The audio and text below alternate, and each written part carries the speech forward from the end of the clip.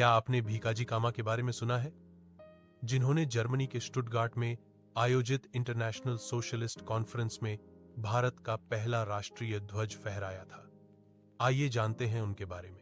भीकाजी कामा भारतीय स्वतंत्रता आंदोलन की एक महान और साहसी महिला क्रांतिकारी थी। भीकाजी कामा का प्रारंभिक जीवन बेहद प्रेरणादायक था। उनका जन्म 24 सितंबर 1861 को मुंबई, तब बंबई में एक समृद्ध पारसी परिवार में हुआ था। उनके पिता सोरबजी पटेल एक प्रसिद्ध व्यापारी और समाजसेवी थे।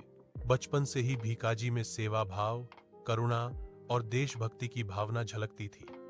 उन्होंने उच्च शिक्षा प्राप्त की और सामाजिक कार्यों में हिस्सा लेना शुरू किया।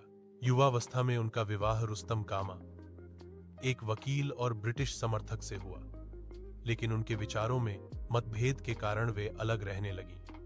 इसके बाद उन्होंने अपना जीवन देश सेवा और स्वतंत्रता आंदोलन को समर्पित कर दिया। 1902 में वे इलाज के बहाने लंदन पहुंची, जहां उनका संपर्क दादा भाई नौरोजी और लोकमान्य तिलक जैसे राष्ट्रवादी नेताओं से हुआ।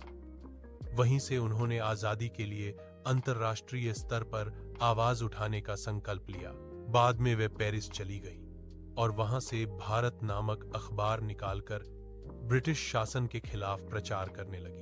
22 अगस्त 1907 को जर्मनी के स्टटगार्ट में आयोजित अंतर्राष्ट्रीय समाजवादी सम्मेलन में उन्होंने भारत का पहला राष्ट्रीय ध्वज फहराया, जिस पर वंदे मातरम लिखा था। उन्होंने घोषणा की यह ध्वज भारत की आजादी का प्रतीक है और वह दिन दूर नहीं जब भारत स्वतंत्र होगा।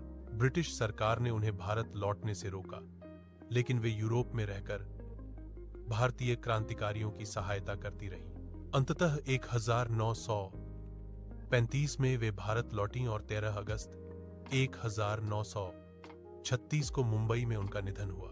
भीकाजी कामा ने न केवल विदेश की धरती पर भारत का पहला झंडा फहराया, बल्कि महिला सशक्तिकरण, राष्ट्रभक्ति और स्वतंत्रता की भावना की जीवित प्रतीक बन गई। यदि आपको यह वीडियो पसंद आया हो तो कृपया सब्सक्राइब, लाइक और शेयर करें। धन्यवाद।